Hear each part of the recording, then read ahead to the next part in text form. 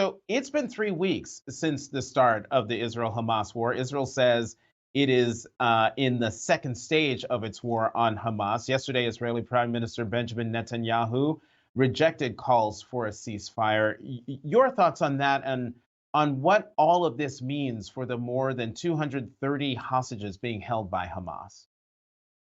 Yeah, well, that's where you need to start with this conversation, which is that Hamas is a terrorist organization that brutally slaughtered, raped, tortured, and kidnapped more than 1,500 Israelis out of the blue on October 7th.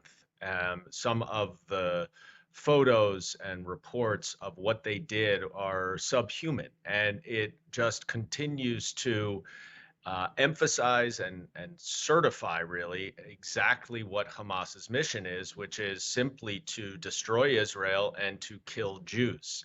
So Hamas is not any kind of organization. It's not even a government, but certainly not anything that anyone can agree will be invested in a peace process. And so Israel's statement, as well as the president's and mine and many others, that Hamas must be eliminated is right at the top of the list of things that we need to focus on.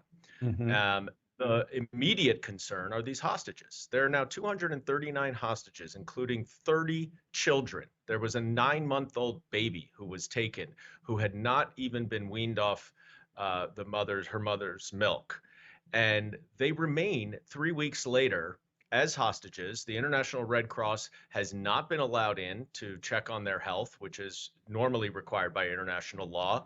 But of course, we know that Hamas is a terrorist organization and does not abide by any international law.